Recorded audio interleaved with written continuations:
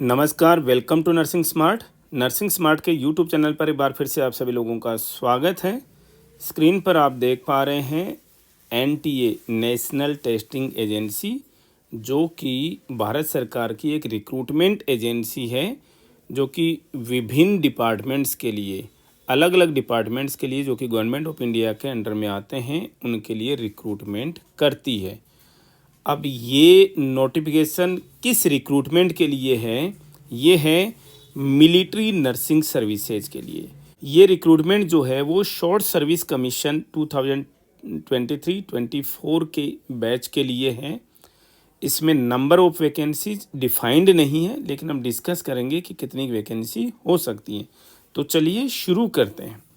सबसे पहले बता दें, नेशनल टेस्टिंग एजेंसी जो है वो 2023-24 के लिए रिक्रूटमेंट करने जा रही है मिलिट्री में नर्सिंग सर्विसेज के लिए, और डेजिग्नेशन रहेगा आपका वही nursing officer.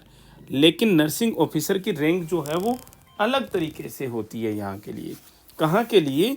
Military nursing services में नर्सिंग ऑफिसर की पोस्ट जो है वो लेफ्टिनेंट के उस कैडर में आती हैं, लेफ्टिनेंट की पोस्ट पे आती हैं। तो जैसे आप सीआईएसएफ में देखा होगा, सीआरपीएफ में आपने देखा होगा, नर्सिंग ऑफिसर की पोस्ट निकलती है nursing officer, sub inspector with in bracket लिखा होता है नर्सिंग ऑफिसर, राइट।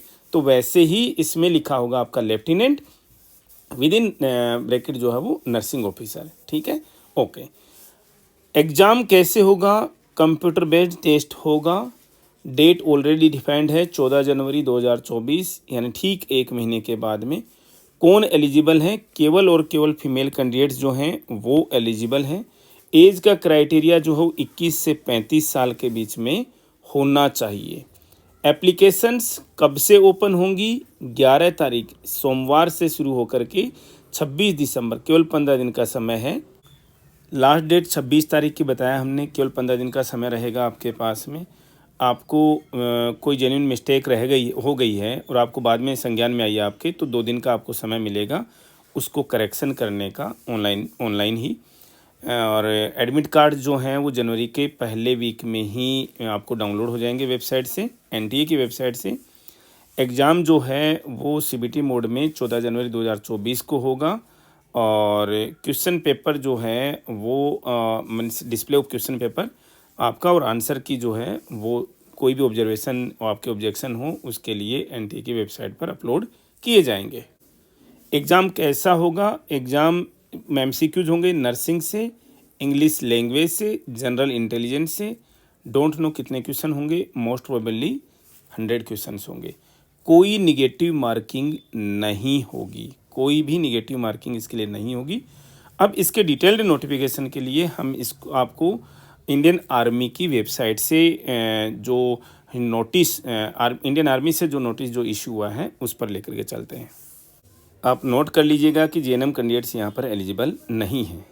इसके अलावा आपका रजिस्ट्रेशन आईएनसी से रिकॉग्नाइज्ड किसी भी यूनिवर्सिटी के थ्रू आप पढ़े होने चाहिए, और किसी भी स्टेट नर्सिंग काउंसिल में आपका रजिस्ट्रेशन होना चाहिए। At the time of interview आपकी सारी चीज़ें, मार्कशीट्स भी होनी चाहिए, रजिस्ट्रेशन भी होना चाहिए, सर्टिफिकेट होना चाहिए आपका, रजिस्ट्रेशन सर्टिफिकेट जो है valid from state nursing council.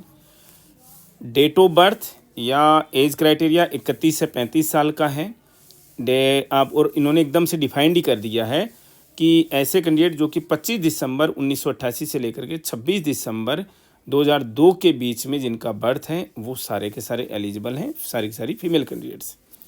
Method of selection computer based exam होगा, ऑलरेडी डिस्कस किया हमने। 14 जनवरी 2024 को एमसीक्यू जाएंगे नर्सिंग से, इंग्लिश लैंग्वेज से, और जनरल इंटेलिजेंस। जनरल इंटेलिजेंस का मतलब केवल और केवल आपका जीके से नहीं है। जनरल इंटेलिजेंस में आपकी मैथ्स भी आती है, रीजनिंग भी आती है, और जीके आता है। ये नोट करके जाइएगा। आप इसको ये मत समझिएगा कि जनरल इंटेलिजेंस में केवल जीके आता है, जी नहीं। जनरल इंटेलिजेंस में आपकी तीनों चीज़ें आएंगी, मैथ, आपकी अरिथमेटिक एबिलिटी, दूसरा आपकी मेंटल एबिलिटी, और तीसरा आपका जनरल अवेयरनेस। नोट कीजिएगा, ठीक है। कोई निगेटिव मार्किंग नहीं होगी। आपको इस सीबीटी में 50% मार्क्स जो हैं वो स्कोर करने होंगे। अगर 100 क्वेश्चन आते हैं तो 50 क्वेश्चन आपके सही होने चाहिए। जो भी कैंडिडेट्स 50% मार्क्स लेकर के आएंगे उन्हें जितने पोस्ट्स हैं उनके मल्टीपल्स में, बताया नहीं है कितने मल्टीपल्स में, उनके मल्टीपल्स में आपको कॉल किया जाएगा इंटरव्यू के लिए। इंटरव्यू केवल का जो लोकेशन है वो केवल और केवल दिल्ली होगी। वैकेंसीज़ के हिसाब से आपको कॉल किया जाएगा। उसके बाद में मेडिकल एग्जामिनेशन के लिए आपको रखा जाएगा, और आपको अलग अलग नहीं, जिस समय आपको इंटरव्यू कॉल किया जाएगा इंटरव्यू के लिए उसी समय मेडिकल एग्जामिनेशन होगा। और इस पूरे प्रोसेस में 3 से 5 दिन का आपका टाइम लगना है। अकोमोडेशन आपको उस दौरान खुद को ही अरेंज करना होगा, ठीक है। फीमेल्स के लिए मेडिकल फिटनेस का हम बार बार डिस्कस करते रहते हैं। जब आपका फाइनल सिलेक्शन होता है, रिजल्ट आता है, तो हम इसके लिए स्पेशली मेडिकल फिटनेस के लिए अगेन वीडियो कर देंगे, क्योंकि इनका मेडिकल फिटनेस का जो क्राइटेरिया है अलग ही होता है। फाइनल सिलेक्शन जो है वो रिक्वायर्ड नंबर ऑफ कैंडिडेट्स के हिसाब से, वैकेंसीज़ के हिसाब से होगा। और हमारी जानकारी में जो वैकेंसीज हैं वो 200 से 250 के करीब में इसकी वैकेंसीज हैं, ठीक है। ये सबसे बड़ी बात इन्होंने जबकि डिफाइन नहीं किया है यहाँ पर। कैंडिडेट्स जिनको भी इंटरव्यू के लिए कॉल किया जाएगा उन्हें इंडियन रेलवे की स्लीपर क्लास का जो फेयर है वो पे किया जाएगा, यानी कि डिपार्टमेंट ही आपको पे करेगा। टिकट आपको करवाना पड़ेगा। At the time of interview आप वो अपना टिकट प्रोड्यूस करेंगे, और आपको जिस भी फॉर्म में है वहाँ पर कैश मिलता है या आपके अकाउंट में आता है, आपको दिया जाएगा। ये भी इम्पोर्टेंट चीज़ आप नोट कीजिएगा। एम्प्लॉयमेंट कितने साल के हैं? शॉर्ट सर्विस कमीशन और परमानेंट सर्विस कमीशन दो अलग अलग तरीके से, परमानेंट कमीशन में अलग अलग तरीके से रिक्रूटमेंट होती है, लेकिन ये सर्विस जो शॉर्ट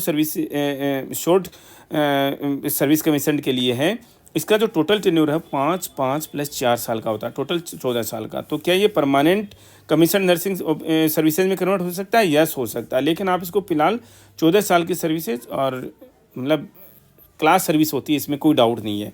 लेकिन जज्बा होना चाहिए बच्चों का जो भी इसमें जाना चाहते हैं। एमोलमेंट्स जो हैं वो लेफ्टिनेंट की रैंक का जो एमोलमेंट मिलेगा आपको डिफ़ाइन कर रखा ऑलरेडी। पूरे पे और अलाउंसेज मिलेंगे, साथ में इसके लिए अलग से जो फैसिलिटीज़ हैं, राशन, अकोमोडेशन और अलाइड फैसिलिटीज़ हैं, वो भी आपको ऑफ़र की जाएंगी। और प्रमोशन कैसे होता है? 3 साल के बाद में आप कैप्टन बन जाते हैं, और 8 साल के बाद में क्या बन जाते हैं? मेजर बन जाते हैं। इसमें बीच बीच में आपके इंटरव्यू होते रहेंगे। तो अगर आपकी पोस्ट वैकेंसीज के हिसाब से अगर आपकी प्रमोशन हो गई परमानेंट कमीशन नर्सिंग ऑफिसर्स में, तो उस समय में आप लेफ्टिनेंट तो हैं ही हैं, और ऑब्वियस सी बात है, एंट्री पर हैं आप। 3 साल के बाद में आप कैप्टन हो जाते हैं, मेजर हो जाते हैं, फिर आपकी सर्विस जो है वो पूरी लंबी चलती है। कहने का मतलब ये है, लंबी का मतलब आपकी 60+ भी सर्विसेज रहती हैं इसके अंदर। 60 तक तो मिनिमम सर्विस है ही है। ये भी एक बहुत इम्पोर्टेंट नोट करने वाली बात है। और परमानेंट कमीशन का हमने बता दिया ऑलरेडी, जो उनकी वैकेंसीज और उनके एग्जिस्टिंग रूल्स हैं उनके हिसाब से ये आपका रहेगा। यहाँ पर एग्जामिनेशन फ़ीस जो है 900 रुपये रहेगी। फॉर्म भरने की जो वेबसाइट का जो लिंक है हमने अपने डिस्क्रिप्शन बॉक्स में डाल रखा है, एनटीए की वेबसाइट से, नेशनल टेस्टिंग एजेंसी, जो कि आज की डेट में बड़े बड़े एग्ज़ाम ले रही है। शायद IIT जी का भी एग्ज़ाम भी ये ले रही है, नीट का एग्ज़ाम भी ये लेती है। तो वही एजेंसी जो है इसका एग्ज़ाम रखने वाली है यहाँ पर।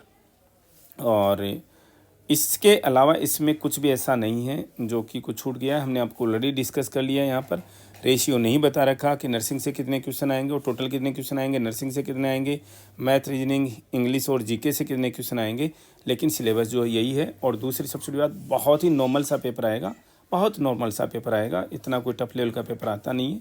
जो भी इंटरेस्टेड है मिलिट्री नर्सिंग सर्विसेज में अपनी सर्विसेज रेंडर करने के लिए, वो इसके लिए जाइए और अप्लाई कीजिए, और आगे जो भी आपकी फिटनेस वगैरह हैं उसके हिसाब से अगर आपका सिलेक्शन होता है तो ज़रूर जाके सर्व कीजिए। जो यहाँ पर जो सर्विस होती है वो हमने ऑलरेडी बता दी आपको, और हम आपको एक रफ सा आइडिया दे देते हैं कि इनकी जो सैलरी है वो अपनी जो सिविल सर्विसेज हैं, मीन्स जो आप एम्स में सर्विस करते हो, दिल्ली गवर्नमेंट में सर्विस करते हो, उसके हिसाब से बेसिक किस तरीके से डिफरेंट है वो थोड़ा सा हम आपको ब्रीफ कर देते हैं। तो हम आपको बता दें कि जो बेसिक पे है, बेसिक पे आप जनरली एम्स में आते हैं तो आपको 44,900 की बेसिक पे होती है, पे मैट्रिक्स लेवल 7 पर।